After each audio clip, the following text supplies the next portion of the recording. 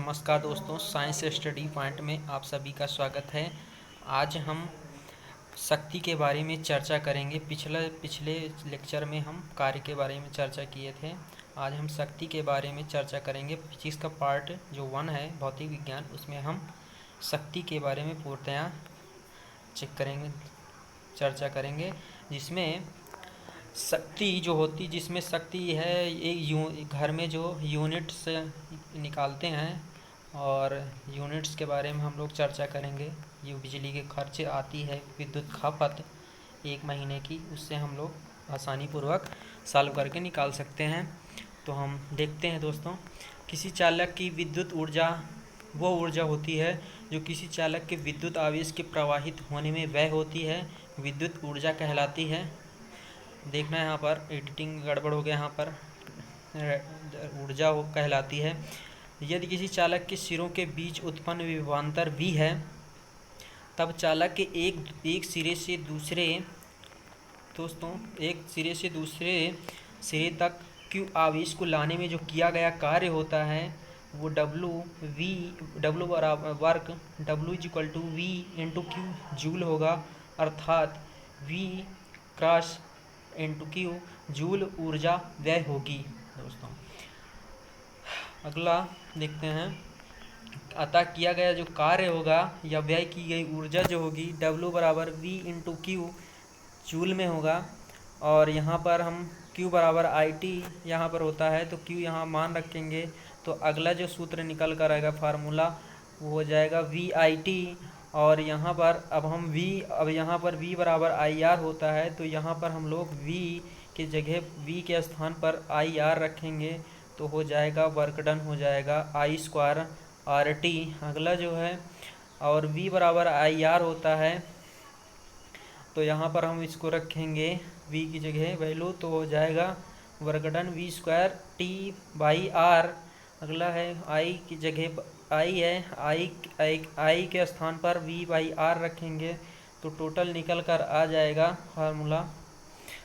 और विद्युत शक्ति विद्युत शक्ति के बारे में अब हम चर्चा करेंगे। विद्युत शक्ति जो होती है, किसी विद्युत परिपथ में विद्युत ऊर्जा के खर्च होने की दर जो होती है विद्युत शक्ति कहलाती है। इसको हम एक बार फिर से देखते हैं, किसी विद्युत परिपथ में विद्युत ऊर्जा के खर्च होने की दर जो होती है विद्युत शक्ति कहलाती है। विद्युत शक्ति या सामर्थ्य जो होती है P = ऊर्जा बटे समय, जिसे हम जूल प्रति सेकंड बोलते हैं। इसको हम शॉर्ट नोट करते हैं P = W/T में। तो देखते हैं, किसी परिपथ में 1 जूल प्रति सेकंड की दर से व्यय होने वाली जो विद्युत ऊर्जा 1 वाट कहलाती है। कभी कभी एग्जाम में 1 वाट के बारे में क्वेश्चन पूछ लेता है, तो हो जाएगा किसी परिपथ में 1 जूल प्रति सेकंड की दर से व्यय होने वाली विद्युत ऊर्जा को हम 1 वाट कहते हैं। तो P बराबर फार्मूला हो जाएगा शक्ति P = W/T = VI, और V बराबर होता है IR, तो यहाँ पर रखेंगे I² R हो जाएगा। और यहाँ पर I के जगह पे V/R रखेंगे, तो V² हो जाएगा, तो यहाँ पे R से R कट जाएगा एक, तो V² केवल बचेगा, वाट हो जाएगा। अगला जो विद्युत शक्ति का जो मात्रक होता है विद्युत ऊर्जा शक्ति का एक SI मात्रक वाट होता है, और इसके व्यवहारिक तौर पे जो मात्रक होते हैं इसके किलोवाट, मेगावाट, अश्वशक्ति होती है। एक बार फिर से मात्रक के बारे में चर्चा करते हैं। विद्युत ऊर्जा शक्ति का SI मात्रक होता है वाट होता है, व्यवहारिक मात्रक जो होता है किलोवाट होता है, मेगावाट अश्वशक्ति होता है। अगला जो होता है एक अश्वशक्ति जो होता है 746 वाट होता है। दोस्तों ये क्वेश्चन हमेशा पूछते हैं, एक अश्वशक्ति में कितने वाट होते हैं, तो हो जाएगा 746 वाट। अगला विद्युत ऊर्जा को हम कहाँ पर मापन कैसे करते हैं। घरों तथा उद्योगों में व्यय होने वाली जो विद्युत ऊर्जा की माप होती है किलोवाट घंटा में निकाली जाती है। घरों तथा उद्योग एक बार फिर से देखते हैं, जो मापन करते हैं विद्युत ऊर्जा, जो बिजली की खपत होती है घरों में और उद्योगों में, तो व्यय होने वाली जो विद्युत ऊर्जा की माप होती है किलोवाट घंटा में निकाली जाती है, जिसे हम board of trade unit BTU कहते हैं। इसे ही हम बोलचाल की भाषा में गांव में कहीं भी हम लोग यूनिट कहा जाता है। Board of trade off unit कहते हैं। इसे ही बोलचाल की भाषा में हम लोग आम लोग यूनिट कहा जाता है। तो 1 किलोवाट घंटा अथवा 1 यूनिट विद्युत ऊर्जा की वो मात्रा है, 1 किलोवाट घंटा अथवा 1 यूनिट विद्युत ऊर्जा की वो मात्रा है जो कि किसी विद्युत परिपथ में 1 घंटे में व्यय होती है, जबकि परिपथ में 1 किलोवाट की विद्युत शक्ति हो। वहाँ पर एक बार फिर से 1 किलोवाट घंटा अथवा 1 यूनिट विद्युत ऊर्जा की वो मात्रा है जो कि किसी विद्युत परिपथ में 1 घंटे में व्यय होती है, जबकि परिपथ में 1 किलोवाट की विद्युत शक्ति हो। 1 किलोवाट इंटू 1 घंटा, 1 किलोवाट में 1000 वाट होते हैं और 1 घंटे में हमारे 3600 सेकंड होते हैं। अब जब इसको हम सॉल्व करेंगे तो आ जाएगा, सॉल्व करने पर 3.6 इंटू 10⁶ वाट सेकेंड, या हम इसको वाट सेकेंड को हम जूल भी कह सकते हैं इसको।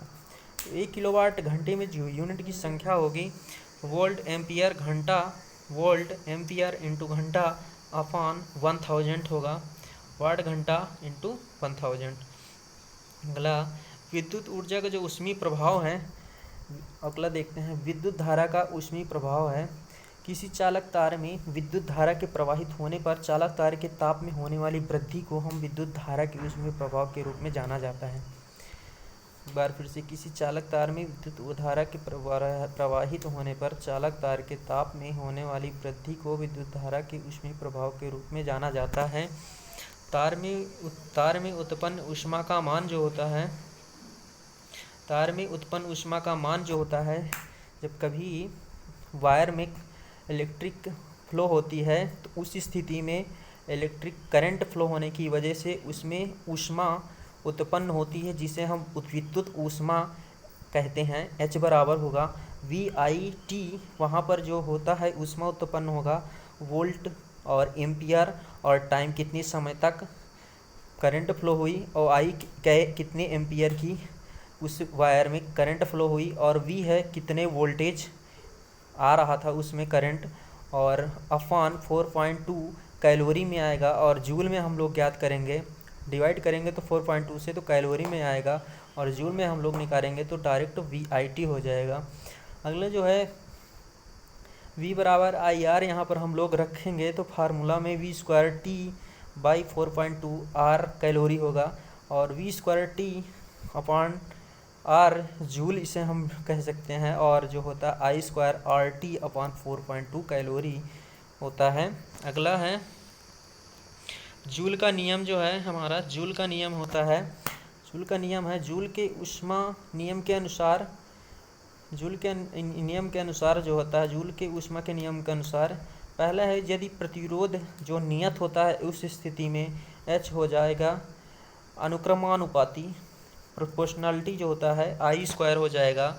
अगला है यदि धारा का मान नियत है उस स्थिति में H अनुक्रमानुपाती R होगा, और तीसरा है यदि प्रतिरोध और धारा करंट दोनों ही नियत हो, कांस्टेंट हो, तो H अनुक्रमानुपाती T होगा, heat in proportionality to temperature. अगला है तब उस स्थिति में हमारा हो जाएगा, फार्मूला निकल कर आएगा H = I²RT, और यहाँ पर हमारा जो है यहाँ पर जो I का है, यहाँ पर कंडक्टर इंस इलेक्ट्रिक करंट फ्लो, और T = टाइम है यहाँ पर, और यहाँ पर R जो है चालक का प्रतिरोध या रेजिस्टेंस ऑफ कंडक्टर्स = R।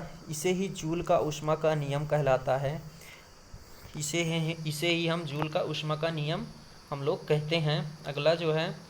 अगला जो नंबर ऑफ यूनिट्स है, हम लोग घरों के उपकरणों के बारे में हम लोग, जैसे हम लोग विद्युत की जो खपत होती है, हम लोग यूनिट्स कैसे हम लोग निकालते हैं, तो हम लोग देखेंगे नंबर ऑफ यूनिट्स के बारे में देखेंगे। तो वहाँ पर हम लोग सबसे पहले देखेंगे उपकरण की संख्या, हमारे घर में कितने उपकरण हमारे यहाँ लगे हैं, और जो होती है उपकरण की शक्ति, जो कितने वाट की बल्ब, कितने वाट के बल्ब हमारे घर में लगे हैं, और इनटू घंटा, कितने घंटे बल्ब हमारी जली है, इनटू कितने दिन तक जली है, 1 दिन, 2 दिन, 3 दिन, कितने भी दिन जली हो और अपान divide by 1000 is equal to अगला number of units is equal to N है उपकरणों की संख्या और उपकरण की शक्ति या equipments of watt in power P multiplied by H into hours multiplied by day अर्थात दिन बाय डिवाइडेड बाई 1000। एंड अगला नेक्स्ट है 100 वाट को इसमें न्यूमेरिकल्स हम लोग देखेंगे, 2-3 न्यूमेरिकल देखेंगे। तो देखते हैं पहला जो न्यूमेरिकल है 100 वाट के 5 बल्ब को प्रत्येक दिन 10 घंटे जलाते हैं। 100 वाट के घर में हम लोग देखेंगे 100 वाट के 5 बल्ब को प्रत्येक दिन 10 घंटे जलाते हैं तो माह के अंत में कुल कितना विद्युत ऊर्जा आएगा या खपत पैसे खर्च आएगा। यदि 1 यूनिट का मूल्य हमारे घर में 2 रुपये हो तो उसी स्थिति में हम लोग यूनिट्स निकालेंगे।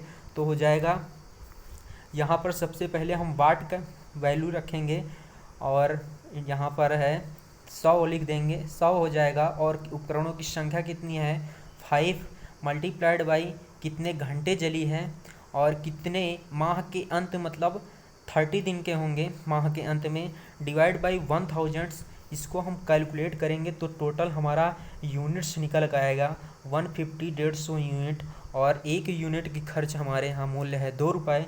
तो कुल खर्च इसी को मल्टीप्लाई कर देंगे 150 unit into multiplied by 2 is equal to 300 rupees आ जाएंगे यहाँ पर। अगला जो एक न्यूमेरिकल और हम इसी के बारे में देखते हैं, पावर्स के बारे में चर्चा करेंगे। तो देखेंगे एक न्यूमेरिकल है 60 किलोग्राम का एक व्यक्ति 10 सेंटीमीटर की ऊंचाई हाइट्स की 100 सीढ़ियाँ 1 मिनट में चढ़ जाता है तो उस व्यक्ति की शक्ति क्या होगी। तो होता है P इक्वल टू W/T। और जो हमारा ये देखते हैं जो W है ये भी एक कार्य है। तो जब हम सीढ़ी से ऊपर की ओर चढ़ते हैं तो कुछ ऊंचाई पर जाते हैं जिसे हम लोग बोलते हैं mgh के रूप में हम लोग काम करेंगे। जब सीढ़ी पर चढ़ेंगे तो भी एक कार्य होगा और वो कार्य होगा हमारा mgh के फॉर्म में वो होगा। और देखते हैं और W इसी तरह हम W का मान निकालेंगे और M है यहाँ पर डिनोट है 60 kg है और H है 10 सेंटीमीटर। सो हम लोग इसको मीटर में कन्वर्ट करेंगे तो आ जाएगा 10 into 100 is equal to 10 metre आ जाएगा। और गुरुत्वीय त्वरण ग्रेविटेशनल जो होता है एक्सीलरेशन 10 मीटर प्रति सेकंड और T इक्वल टू होगा 1 मिनट अर्थात 60 सेकंड्स। तो निकल कर आएगा P इक्वल टू होता है W/T। तो W का मान mgh के फॉर्म में रखेंगे तो 60 और M का मान है 60 और G का मान यहाँ पर 10 रखेंगे और H कितनी ऊंचाई तक 10 मीटर्स डिवाइडेड बाई T है यहाँ पर टाइम कितने सेकंड मतलब कितने टाइम तक चढ़ा है वो व्यक्ति तो 60 हो जाएगा। तो हम सॉल्व करेंगे तो टोटल आ जाएगा 100 वाट। अगला जो एक क्वेश्चन है 373 मीटर्स गहरे तालाब से 360 kg पानी 30 मिनट में निकालता है तो उस मोटर की शक्ति क्या होगी। तो ये भी mgh फॉर्म में ही वर्क जो काम होगा, तालाब से पानी निकालता है तो कुछ ऊंचाई पर ही होगा दोस्तों। तो ये वर्क होगा mgh फॉर्म में ही होगा तो वर्क होगा। और यहाँ पर डिनोट्स है m द्रव्यमान है, तालाब से इतने पानी निकलता है, कितने किलोग्राम पानी निकालता है 360 kg एंड कितनी ऊंचाई पर गहरे तालाब से निकलता है 373 मीटर्स। और जी का मान यहाँ पर दिया है 10 मीटर प्रति सेकंड स्क्वायर और कितने मिनट, और इसको हम मिनट में है इसको सेकंड में कन्वर्ट करेंगे तो 330 into 60 is equal to 1800 second हो जाएगा, टोटल निकल कर आएगा। तो हम लोग फार्मूला में रखते हैं तो P इक्वल टू mgh जो होगा वर्क होगा अपॉन T और रखेंगे इसमें फार्मूले में 360 इंटू 10 मल्टीप्लाइड बाई 373 बाई 1800 और इसको हम सॉल्व करेंगे तो टोटल निकल कर आएगा सॉल्यूशन P इक्वल टू 746 वाट। इसे हम एक अर्थात इसको हम लोग 1 हॉर्स पावर भी हम लोग इसको बोल सकते हैं दोस्तों। अगला जो टॉपिक है विद्युत धारा का जो हम लोग का सीबेक प्रभाव हम लोग इसी के बारे में चर्चा करेंगे। सीबेक प्रभाव क्या होता है, कभी कभी पूछ लेता है सीबेक प्रभाव क्या है। इसमें दो अलग अलग धातुओं के चालक तारों को जोड़कर उनकी अलग अलग दो संधियाँ या जंक्शंस या सिरे पर बना लिए जाते हैं या फिर उन्हें ठंडा या गर्म करते हैं। इसी प्रभाव को हम सीबेक प्रभाव कहते हैं। एक बार फिर से, इसमें दो अलग अलग धातुओं के चालक तारों को जोड़कर उनकी अलग अलग दो संधियाँ या सिरे बना लिए जाते हैं, फिर उन्हें ठंडा या गर्म करते हैं। इसे ही हम सीबेक प्रभाव के अनुसार हम देखते हैं। सीबेक प्रभाव के अनुसार देखेंगे, यदि किसी चालक के एक सिरे को गर्म करें और दूसरे सिरे को हम लोग ठंडा करें तो चालक के बीच में जो तापांतर का कारण है विद्युत ऊर्जा प्रवाहित होने लगती है। इसे ही हम लोग सीबेक प्रभाव करते हैं। एक बार फिर से, एक कंडक्टर्स मतलब एक लोहे की रॉड को हम एक सिरे को गर्म करेंगे और दूसरे सिरे को हम ठंडा करेंगे तो चालक के बीच में ताप का जो अंतर होगा, तापांतर के कारण विद्युत ऊर्जा प्रवाहित होने लगेगी। इसे ही हम सीबेक प्रभाव कहा जाता है, कहते हैं। तथा जिस विद्युत प्रवाह वाहक बल के कारण ये धारा प्रवाहित होती है जिस विद्युत वाहक बल के कारण ये धारा प्रवाहित होती है उसे ही हम ऊष्मीय विद्युत वाहक बल कहते हैं। इसमें ऊष्मीय ऊर्जा का रूपांतरण विद्युत ऊर्जा में होता है। अगला, विद्युत धारा का जो है पेल्टियर प्रभाव, पेल्टियर प्रभाव हम लोग देखते हैं। इसके बाद विद्युत धारा का ये सीबेक प्रभाव का व्युत्क्रम होता है, इन्वर्सली प्रोपोर्शनल होता है। सीबेक प्रभाव का इन्वर्सली प्रोपोर्शनल होता है, जिसमें चालक तारों की संधियों के मध्य विद्युत धारा प्रवाहित कराई जाती है। तो संधियों पर या तो ऊष्मा का अवशोषण होता है या फिर उत्पादन होता है। यह धारा की दिशा पलटने पर गर्म हो रही है, संधि ठंडी हो रही है, ठंडी हो रही है, संधि गर्म होने लगती है। इसे ही हम पेल्टियर प्रभाव कहते हैं दोस्तों, कहा जाता है। विद्युत ऊर्जा का एक थॉमसन प्रभाव है, देखते हैं। विद्युत ऊर्जा का जो थॉमसन प्रभाव है इसे हम देखेंगे तो विद्युत ऊर्जा के थॉमसन प्रभाव के अनुसार जब किसी चालक तार के दोनों सिरों का तापमान समान रखकर उसमें विद्युत ऊर्जा प्रवाहित कराई जाती है तथा तार के मध्य भाग को गर्म किया जाता है तो एक तार सिरा ठंडा होता है और दूसरा जो होता है सिरा गर्म हो जाता है। इसे ही धारा का थॉमसन प्रभाव कहते हैं। अगला जो है विद्युत धारा का जो है प्रकाशीय प्रभाव। विद्युत धारा का जो प्रकाशीय प्रभाव होता है तो हम इसके बारे में चर्चा करेंगे। जब किसी चालक तार में विद्युत धारा प्रवाहित होती है, जब किसी कंडक्टर से या इलेक्ट्रिक्स वायर में करंट फ्लो होती है तो तार की में ऊष्मा को उत्पादन के साथ प्रकाश का उत्पादन भी करने लगता है। इसे ही विद्युत धारा का प्रकाशीय प्रभाव कहते हैं।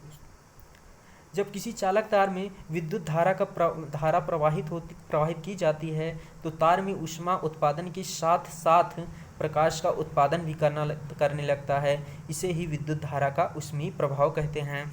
और विद्युत